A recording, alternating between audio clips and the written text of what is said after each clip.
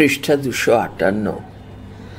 পঞ্জিকার তথ্য ও লোকসংস্কৃতির আঙিনায় তার স্বল্পায়তনিক মূল্যায়ন। সন্দীপ দে।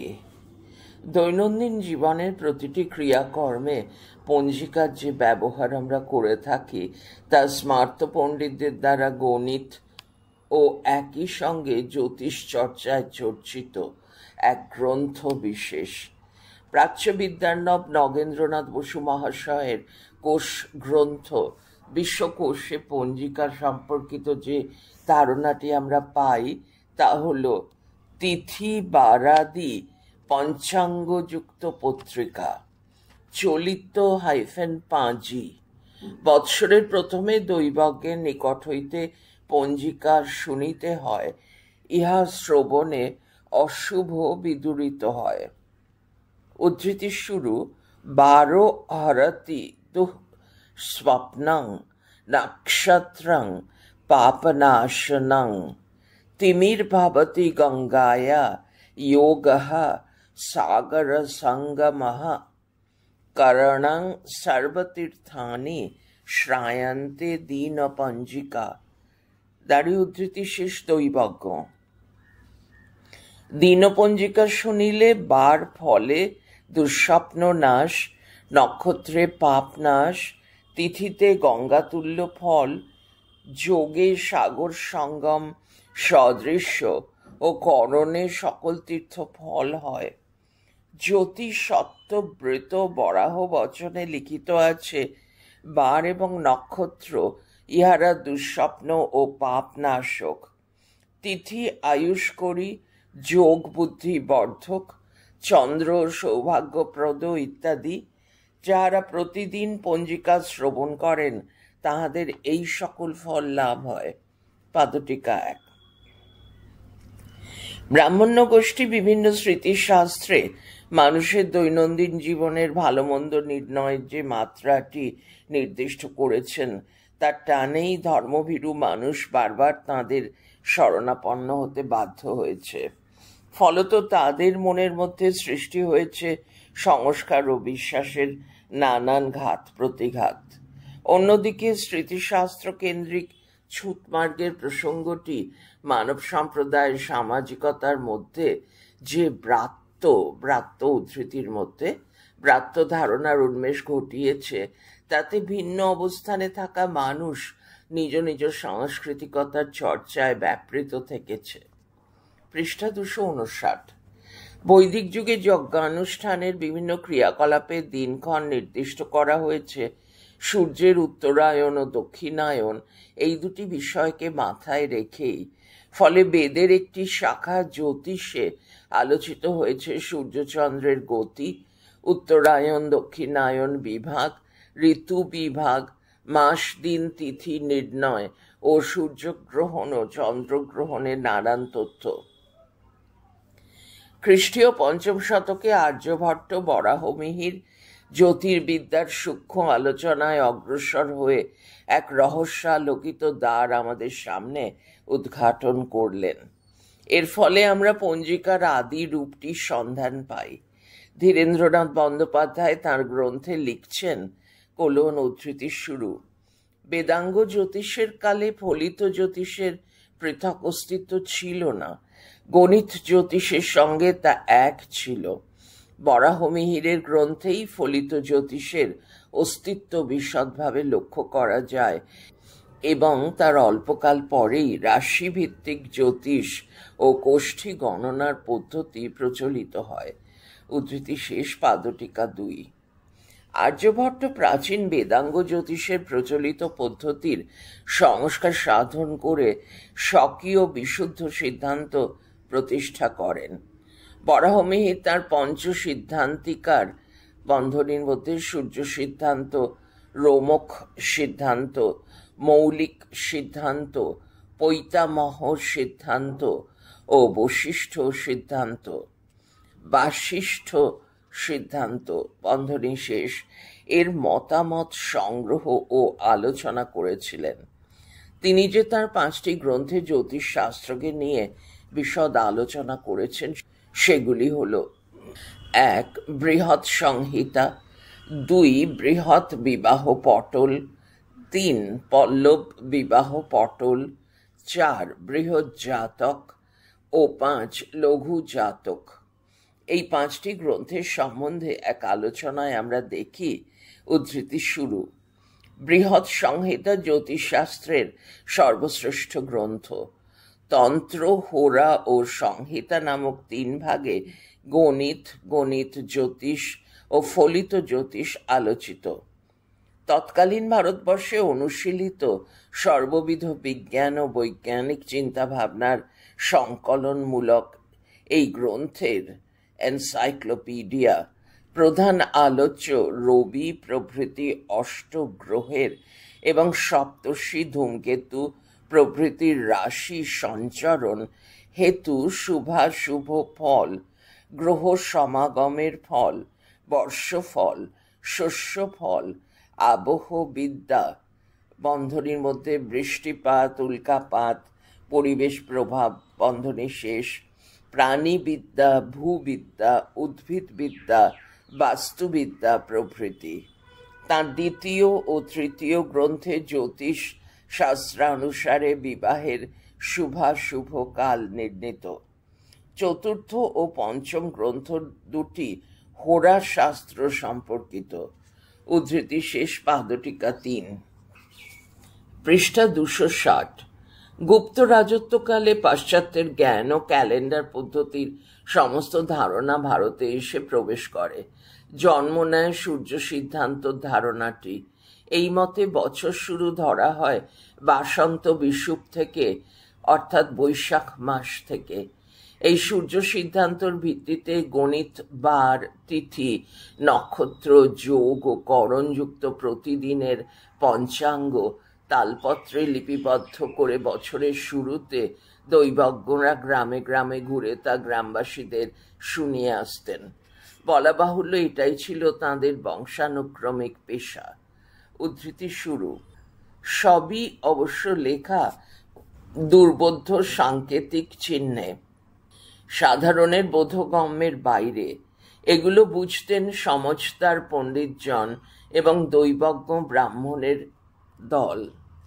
হাতে লেখা পুঁথিপাঁজি বাড়ি বাড়ি গিয়ে ব্যাখ্যা করে আসতেন তাঁরা। বংশ পরম্পরায় সেটাই ছিল ওদের পেশা। বেতনভোগ দৈবজ্ঞের খোঁজও মিলেছে। অন্দরমহলে অবলীলায় ঢুকে গিয়ে ওরা শুভাশুভ নির্ণয় করতেন। বিনিময়ে মিলত চাল। নারী উদ্ধৃতি শেষ। পাদটিকা 4। দৈবজ্ঞদের এই বলা কথার উপর ভিত্তি করে সাধারণ মানুষ ধর্মীয়, সামাজিক, অর্থনৈতিক নানা কার্যকলাপে রত হতেন। বছরের শুরুতে পার্বতী যেমন মহাদেবের কাছে বর্ষফলের একটি পূর্ণাবয়ব ধারণা পান। উদ্ধৃতি শুরু। হাসি কহে মহাদেবে দেবী হৈমবতী, ওহে কান্ত কর শান্ত করি হে মিনতি। লালায়িত আমি বর্ষফলের কারণ, বর্ষাধীপ চন্দ্রগ্রাস কহ বিবরণ। মন্ত্রী নাগেন্দ্র শস্যাধীপ আদি করি, নির্বিঘ্নেতে আশুতোষ বলহ বিচারী। বাক্য শুনি শিব জ্ঞানী শঙ্কর কহিল, শঙ্করী শুনিয়া মহা হরষিতা হইল।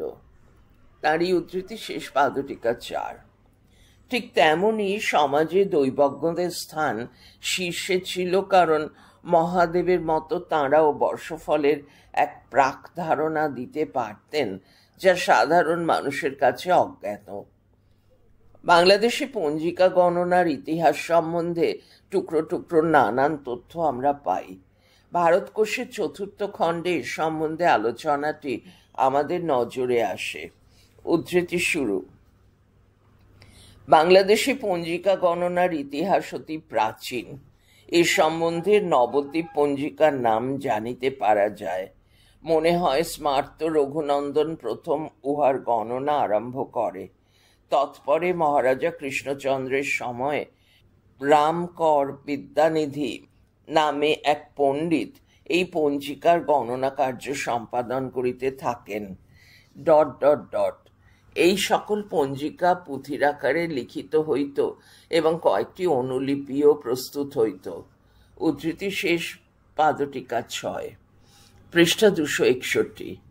স্মার্ত রঘুনন্দনের এই পঞ্জিকা গণনার একমাত্র উদ্দেশ্য ছিল হিন্দু সমাজের উপর নানান বিধি নিষেধ আরোপ করে বিদেশি প্রভাব থেকে তাকে রক্ষা করা।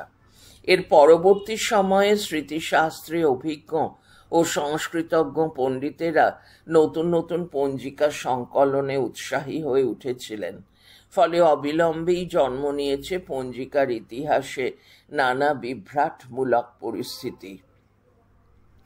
শ্রী ব্রজেন্দ্রনাথ বন্দ্যোপাধ্যায় সংকলিত ও সম্পাদিত সংবাদপত্রে সেকালের কথা গ্রন্থে পঞ্জিকা মুদ্রণের একটি ধারণা আমরা পেয়ে থাকি।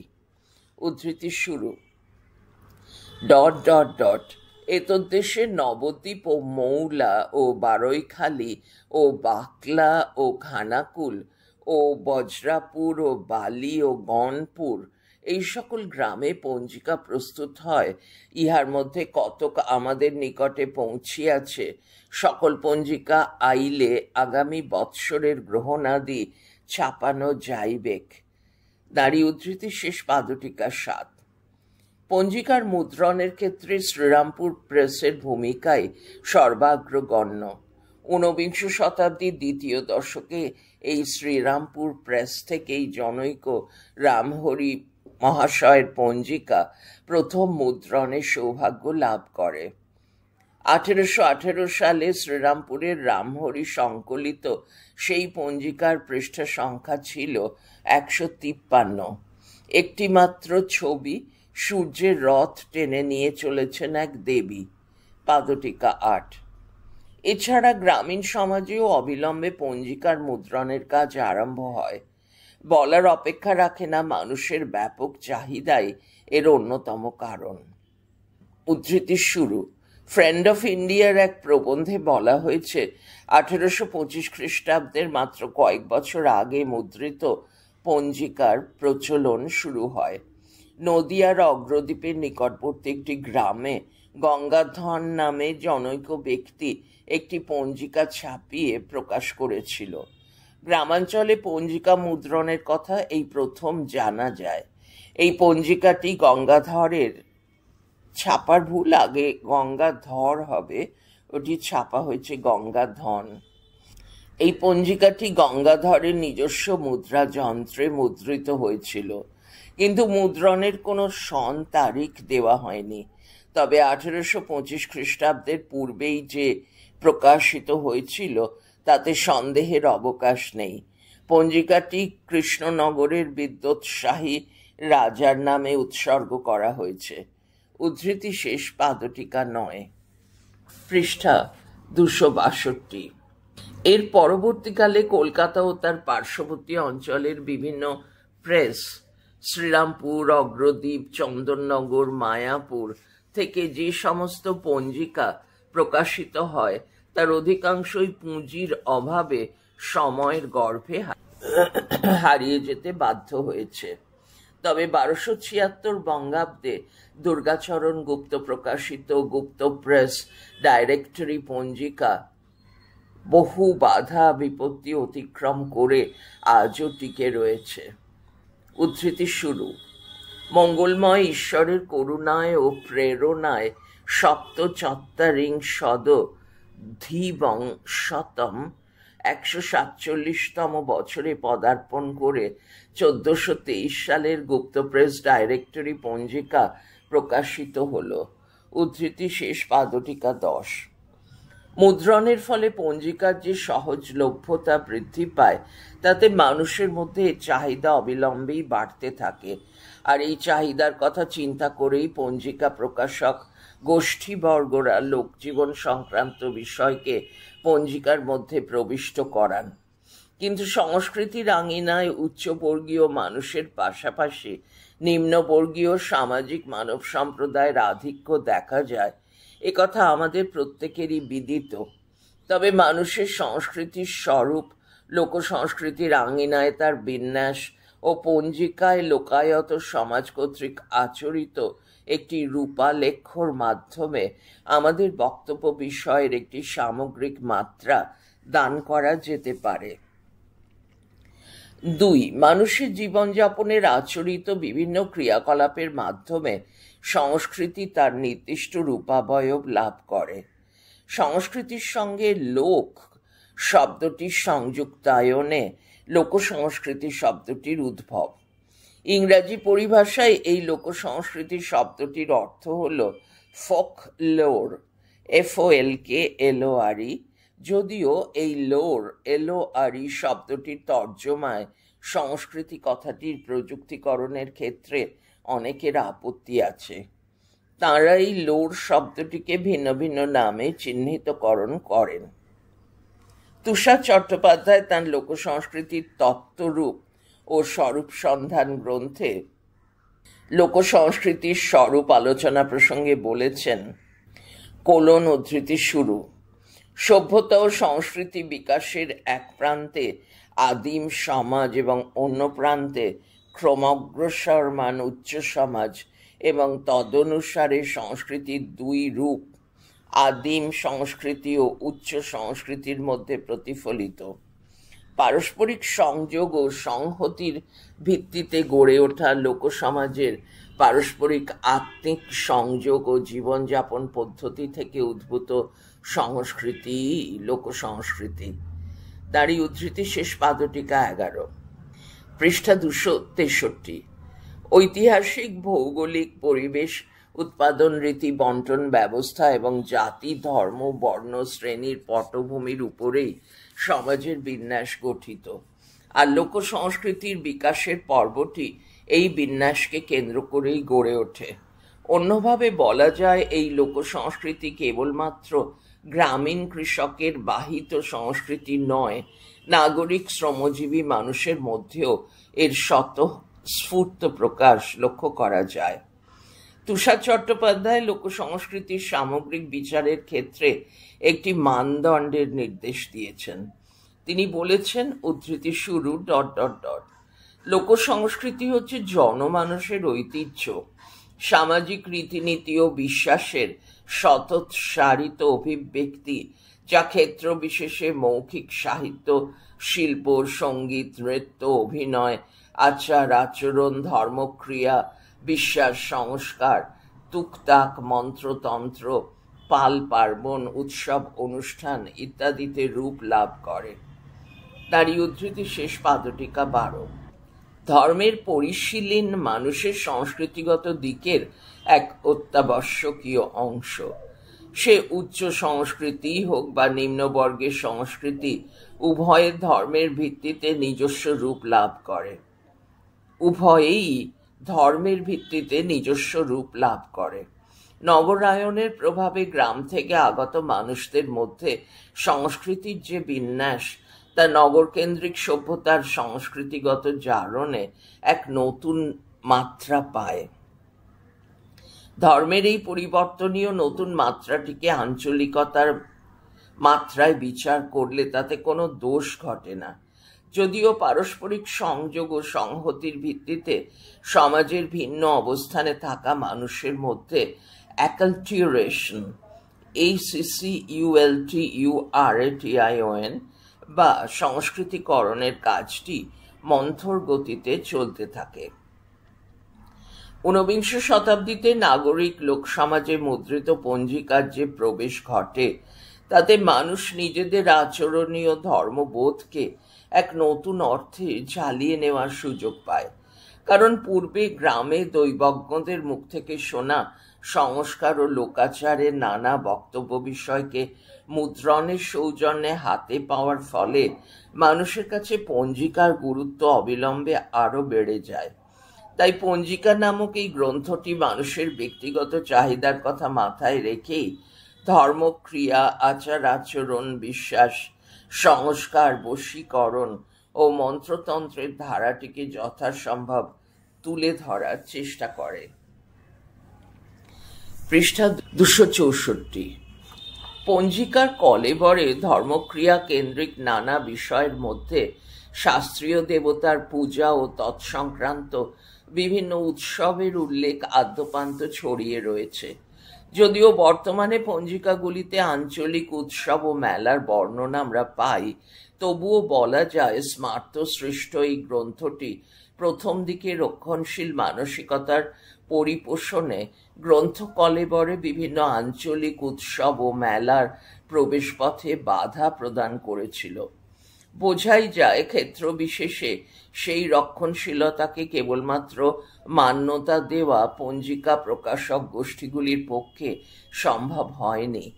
মাসভিত্তিক বিন্যাসে পঞ্জিকার মধ্যে আমরা লোকসমাজে প্রচলিত যে নানান আঞ্চলিক দেবতার সন্ধান পাই, সেক্ষেত্রে শাস্ত্রীয় দেবতার নাম সংযুক্তিকরণের প্রক্রিয়াটি উল্লেখযোগ্য। বিভিন্ন উপপুরাণ যেমন ব্রহ্ম বৈবর্ত পুরাণ, দেবী ভাগবত, বৃহৎ ধর্ম পুরাণ, মার্কণ্ডেয় পুরাণ, হরিবংশ প্রভৃতিতে চণ্ডী নামটির আমরা যে সন্ধান পাই, তিনি আবার গ্রাম্য অঞ্চল ভেদে ভিন্ন নামে পূজিতা। পাদটিকা 13। বোঝা যায় জনপ্রিয়তার নিরিখেই আঞ্চলিকতার সীমানা অতিক্রম করে এই বিমিশ্র চণ্ডী দেবীগণ ও অন্যান্য দেবদেবীর পূজার উল্লেখ পঞ্জিকায় স্থান পেয়েছে। এছাড়া মালদহে শিরুয়া দন্তে শয় হর্ষই বয়শূন্য রয় হর্ষও অন্তস্থ হয় আকার শিরুয়া উৎসব বন্ধনী বাসুলী দেবীর বার্ষিক পূজা বন্ধনী শেষ ও অন্যান্য অঞ্চলে যোগাদ্দা দেবীর পূজা, পঞ্চানন ঠাকুরের পূজা, ধর্মরাজের পূজা, খেদাই ঠাকুরের পূজা, চাঁদরায় ঠাকুরের পূজা, মহারাজ পূজা প্রভৃতির উল্লেখ আমরা পঞ্জিকার মধ্যে উল্লেখ পাই। পঞ্জিকায় আদিবাসী সাঁওতালদের শালুই তালব সহায়কার লয় হর্ষ রস্যই শালুই পাদটিকা 14 নামক এক পূজার উল্লেখ পাওয়া যায়, যা পঞ্জিকার মধ্যে এক নবতর সংযোজন। গ্রাম বাংলায় প্রচলিত এই সমস্ত পূজাগুলিকে কেন্দ্র করে বিভিন্ন ব্রত পালিত হয়। ব্রত পালন নিম্নবর্গীয় সমাজের মধ্যে প্রচলিত এই বিশেষ রীতি, যার সঙ্গে উচ্চবর্গের চৌহদ্দির কোনো সম্পর্ক থাকে না, কিন্তু পরবর্তীতে বৈবাহিক সূত্রে বা অন্য কোনো কারণে এই ব্রত পালন এর প্রসঙ্গটি উচ্চবর্গের সংস্কৃতিতে প্রবেশ করে এক সাংস্কৃতিক মেলবন্ধন ঘটায়। এর পাশাপাশি আঞ্চলিক উৎসবকে কেন্দ্র করে নানা মেলারও উল্লেখ আমরা পঞ্জিকার মধ্যে লক্ষ্য করি। পঞ্জিকার মেলায় প্রথম অন্তর্ভুক্তিকরণের খোঁজ করলে 1262 বঙ্গাব্দ বা 1855-56 সালের বঙ্গভাষানুবাদক সমাজ অথবা ভার্নাকুলার লিটারেচার কমিটি প্রদর্শিত পঞ্জিকার কথা মনে করতে হয়। পৃষ্ঠা 265, উদ্ধৃতি শুরু। এই পঞ্জিকায় প্রথম বাংলায় অনুষ্ঠিত 309টি প্রসিদ্ধ মেলার জেলাওয়ারি বর্ণনা দেওয়া হয়েছিল। বাংলা মাসের কত তারিখে কতদিন ব্যাপী কি উপলক্ষে এইসব মেলার আয়োজন হতো সেসব বিষয়ে বিস্তারিত তথ্য পরিবেশনের পাশাপাশি জেলা সদর থেকে প্রতিটি মেলা অবস্থানের দূরত্বের বর্ণনা এক কথায় অনবদ্য। ... এখানে সর্বাধিক মেলা সংগঠক জেলা হিসাবে ত্রিপুরা জেলার নাম পাওয়া যায়। উদ্ধৃতি শেষ, পাদটিকা 15। পঞ্জিকা প্রকাশক বিভিন্ন গোষ্ঠীবর্গরা মেলাগুলির আঞ্চলিকতার সীমানা অতিক্রম করে বৃহত্তর পরিধিতে তা বিস্তার করার নানা প্রচেষ্টা চালানোর ফলে সাধারণ মানুষের কাছে তার গ্রহণযোগ্যতা বাড়তে থাকে। এর পাশাপাশি লোকসমাজের জন্ম থেকে মৃত্যু পর্যন্ত নানা বিশ্বাস, সংস্কার ও আচরণীয় বিধিসমূহের উল্লেখ আমরা পঞ্জিকাগুলির মধ্যে লক্ষ্য করি। পঞ্জিকার মধ্যে যেমন বিভিন্ন মন্ত্রতন্ত্রের উল্লেখ রয়েছে, তেমনি বশীকরণের নানা মাদুলি, তাবিজ, কবচ ও সেই ক্রিয়াকারকদের নামোল্লেখ সাধারণ মানুষদের জ্ঞাপিত করা হয় যে পঞ্জিকা কেবলমাত্র তাদের ভাবনা চিন্তাগুলিকে গুরুত্ব সহকারে বিচার করে। এমনকি সমাজের যৌনতা কেন্দ্রিক নানা সমস্যা ও সমাধানের উল্লেখ করে পঞ্জিকা আজও মানুষের গ্রন্থ তালিকার প্রথম শ্রেণীতে নিজের নাম বজায় রাখতে সক্ষম হয়েছে। পঞ্জিকা মানুষের সামাজিক জীবন ও সমাজ সংস্কারমূলক নানান তথ্যকে পদ্যের আকারে লোকসমাজের বিভিন্ন মানুষের কাছে ছড়িয়ে দেয়। তাই এই অন্তমিল সমন্বিত ছড়াগুলি প্রথমে মৌখিক পরম্পরায় বাহিত হলেও পরে পঞ্জিকায় তা লিখিত আকারে প্রকাশিত হয়। 1263 বঙ্গাব্দে প্রকাশিত নূতন পঞ্জিকায় ছেলে মেয়েদের বিয়ের বয়স, কৌলীন্য প্রথার বিরোধিতা, পণ প্রথার অত্যাচার ও গ্রাম ও পল্লীর উন্নয়ন সম্পর্কিত যে সমস্ত তথ্যগুলি পাই তাতে একে শ্রেষ্ঠ লোকমাধ্যম হিসাবে চিহ্নিত করলে খুব বেশি অত্যুক্তি করা হয় না। ছেলে মেয়েদের বিবাহের বয়স। ছেলেদের ক্ষেত্রে বিবাহের মুখ্যকাল 25 ভিতর আর গৌণকাল হয় 25-এর পর। পৃষ্ঠা 266। 22-এর কম দেওয়া অতি অনুচিত, ঘটায় তাহাতে অতি শাস্ত্রের অহিত। পাদটিকা 16। মেয়েদের ক্ষেত্রে 8-10-এ বিবাহ দেওয়া অতি অনুচিত, 13-র উপরে যাওয়া তাও বিগর্হিত। বিবাহের যোগ্যকাল 12 বৎসর, এইরূপ বিবাহেতে হয় সুখকর। পাদটিকা 17। কৌলীন্য প্রথার বিরোধিতা। কুলীন কুল গাই বিধাতা বল্লাল, ঘটায়েছে সমাজেতে সে এক জঞ্জাল। পাদটিকা 18। পণ প্রথার অত্যাচার। বঙ্গভূমে সমাজের মাঝে অত্যাচার হয় নিত্য কত শত, সংখ্যা নাহি আর। কে দেখে কে শুনে, কে বা করিছে তল্লাশ, পণ প্রথা ঘটায়েছে কত সর্বনাশ। পাদটিকা 19। গ্রাম ও পল্লীর উন্নয়ন। শহরের ত্যাজি মোহ ধনী সব মিলে, আবার গ্রামেতে দৃষ্টি রাখুক সকলে। কাটিয়া জঙ্গল গ্রাম করি পরিষ্কার, পঙ্ক ভরা জলাশয় করুক উদ্ধার। কৃষকে যোগান সময়েতে ধান্য ধন, করুক তাদের প্রতি অবজ্ঞা বর্জন। বিদেশে চালান সব করি যদি রদ, বাড়ায় দেশের মাঝে শস্যের সম্পদ। পাদটিকা 20। সবশেষে বলা যায় আজ এই 21 শতাব্দীতে বিশ্বায়নের প্রভাব পঞ্জিকার পরিবর্তনের ক্ষেত্রে এক গুরুত্বপূর্ণ ভূমিকা পালন করেছে। মানুষ তার উদ্ভাবনী শক্তির গুণে নতুন নতুন ওয়েবসাইট, পাদটিকা 21, সৃষ্টির মাধ্যমে পঞ্জিকাকে শিক্ষিত ব্যক্তির হাতের মুঠোর মধ্যে যে আনতে পেরেছে তা আমাদের সত্যিই অভিভূত করে। পৃষ্ঠা 267। তথ্যসূত্র। 1. নগেন্দ্রনাথ বসু, বিশ্বকোষ 10ম খণ্ড, বঙ্গীয় সাহিত্য পরিষদে সংরক্ষিত গ্রন্থটির প্রকাশকাল। অংশটি বিনষ্ট। পৃষ্ঠা 651 থেকে 652। 2. ধীরেন্দ্রনাথ বন্দ্যোপাধ্যায়, সংস্কৃত সাহিত্যের ইতিহাস, পশ্চিমবঙ্গ রাজ্য পুস্তক পর্ষদ, কলকাতা, 2য় সংস্করণের 5ম মুদ্রণ, জুন 2012, ওই পৃষ্ঠা 564। 3. পূর্বোক্ত। 4. দীপ মুখোপাধ্যায়, হাতে পাঁজি মঙ্গলবার, নিবন্ধ, দ্রষ্টব্য ঋতুপর্ণ ঘোষ সম্পাদিত, রোববার পত্রিকা, কলকাতা, 12 মে 2013, পৃষ্ঠা 20। 5. শ্রী মোহনচাঁদ শীল ও শ্রী অভিজিৎ শীল সম্পাদিত বেনি মাধব শীলের ফুল পঞ্জিকা, বেনি মাধব শীলস পঞ্জিকা পাবলিকেশনস, কলকাতা, 1423, বন্ধনীর মধ্যে 2016/17, পৃষ্ঠা 7। 6. নির্মলচন্দ্র লাহিড়ী, পঞ্জিকা, ভারতকোষ 4র্থ খণ্ড, বঙ্গীয় সাহিত্য পরিষদ, কলকাতা, প্রকাশ 1970, পৃষ্ঠা 285। 7. শ্রী ব্রজেন্দ্রনাথ বন্দ্যোপাধ্যায়, সংকলক ও সম্পাদক, সংবাদপত্রে সেকালের কথা 1ম খণ্ড, বঙ্গীয় সাহিত্য পরিষদ মন্দির, কলকাতা, দ্বিতীয় সংস্করণ, আষাঢ় 1344, পৃষ্ঠা 67। 8. দীপ মুখোপাধ্যায়, হাতে পাঁচি, মঙ্গলবার নিবন্ধ, পূর্বোক্ত। 9. নিলয় সাহা, বাংলা পঞ্জিকা, 200 বছরের আলোয় গণজ্ঞাপন ও বিজ্ঞাপন, সেতু, কলকাতা, প্রথম সংস্করণ, জুলাই 2010, পৃষ্ঠা 16। 10.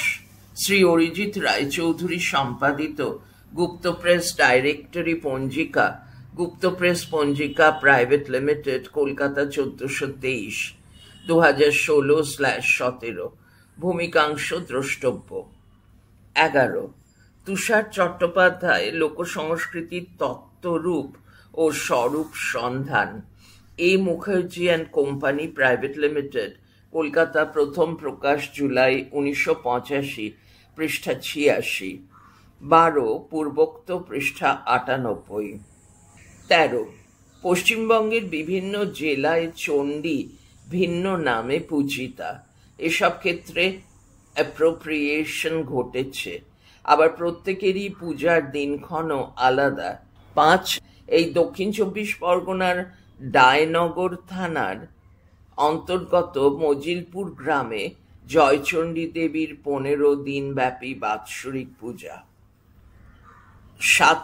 আষাঢ় বর্ধমানের খণ্ডঘোষ থানার বোয়াই গ্রামে গ্রাম্যদেবী বোয়াই চণ্ডী, বয় চন্দ্রবিন্দু ওকার, অন্তস্থ অয়াকার, রস্বই চ, মধ্যে নয়ডয় দীর্ঘই, বোয়াই চণ্ডী বা বসন্ত চণ্ডী দেবীর পূজা ও মেলা। 28 আষাঢ় বর্ধমানের কুলচণ্ডা গ্রামে ও উষা গ্রামে শ্রী শ্রী কুলাই চণ্ডী মাতার বার্ষিক পূজা। 22 আশ্বিন পশ্চিম দিনাজপুর জেলার কালিয়াগঞ্জ থানার অন্তর্গত টুঙ্গইল, টয়হস্য অনুসার গ, রস্বই ল, বিলপাড়া গ্রামে মহারাম চণ্ডী ও গুড়গুড়াই চণ্ডীর পূজা। 3 চৈত্র হাওড়ার ডোমজুর থানার অন্তর্গত মাকড়দহে মাকড়চণ্ডী দেবীর পঞ্চম দোল উৎসব, পৃষ্ঠা 268। 5 চৈত্র উত্তর 24 পরগনার জগদ্দল থানার অন্তর্গত মদরাল গ্রামে জয়চণ্ডীর পূজা। 14 মিহির চৌধুরী কামিল্লা বর্ধমান বিশ্ববিদ্যালয় প্রকাশিত আঞ্চলিক দেবতা লোকসংস্কৃতি গ্রন্থে, পৃষ্ঠা 252, শালুই পূজাকে বাহা, বয়াকার হয়াকার, বাহা নামে অভিহিত করেছেন। তিনি বলেছেন, উদ্ধৃতি শুরু, দোল পূর্ণিমার আগে কৃষ্ণা প্রতিপদ থেকে পূর্ণিমার রাত্রি পর্যন্ত ফাল্গুন চৈত্র মাসে যে কোনো একদিন বাহা বা শালুই পুজো। বাহা মানে ফুল, শালুই মানে শাল গাছকে অবলম্বন করে যে পুজো। এদিন সাঁওতালেরা সকলে ফুলের গয়না পরেন। তাঁদের বিশ্বাস, দেবতারা যেমন মানুষাদির স্রষ্টা ও রক্ষাকর্তা, তেমনি তাঁর অনন্ত সৌন্দর্যের আকর ফুলেরও স্রষ্টা। তাই নতুন ফুলে যখন বন ভরে যায়, তখন তাঁদের অন্তরও ভরে যায় দেবতার প্রতি কৃতজ্ঞতায়। তাই তাঁরা গ্রামে গ্রামে একদিন শালুই পুজোয় ব্যস্ত হয়েও ওঠেন। উদ্দেশ্য ফুলের মতো সুন্দর ও নিরাপদ জীবন। 15 নিলয় সাহা, পূর্বোক্ত, পৃষ্ঠা 60। 16 পূর্বোক্ত, পৃষ্ঠা 199। 17 পূর্বোক্ত। 18 পূর্বোক্ত। 19 পূর্বোক্ত। 20 পূর্বোক্ত, পৃষ্ঠা 200। 21 পূর্বোক্ত, পৃষ্ঠা 32 থেকে 34। এখানে পঞ্জিকার বিভিন্ন ওয়েবসাইটে যে নির্দেশ দেওয়া আছে তা সত্যি অনবদ্য। www.geocities.com, www.astrojyoti.com, www.mypanchang.com, www.hindu-festivals.com, www.hindu-festivals.com, পূজা পাঠ হোম yagna.com, www.guptopressponjika.com। ঋণ শিকার নিলয় সাহা কর্তৃক লিখিত বাংলা পঞ্জিকা 200 বছরের আলোয় গণজ্ঞাপন ও বিজ্ঞাপন নামক গ্রন্থটি থেকে আমি প্রভূত সাহায্য পেয়েছি। অধ্যায়টি পড়া এখানে শেষ হলো। পরের ফাইলে পড়া হচ্ছে পঞ্জিকা ও তান্ত্রিক কৃত্য অমলেন্দু চক্রবর্তী।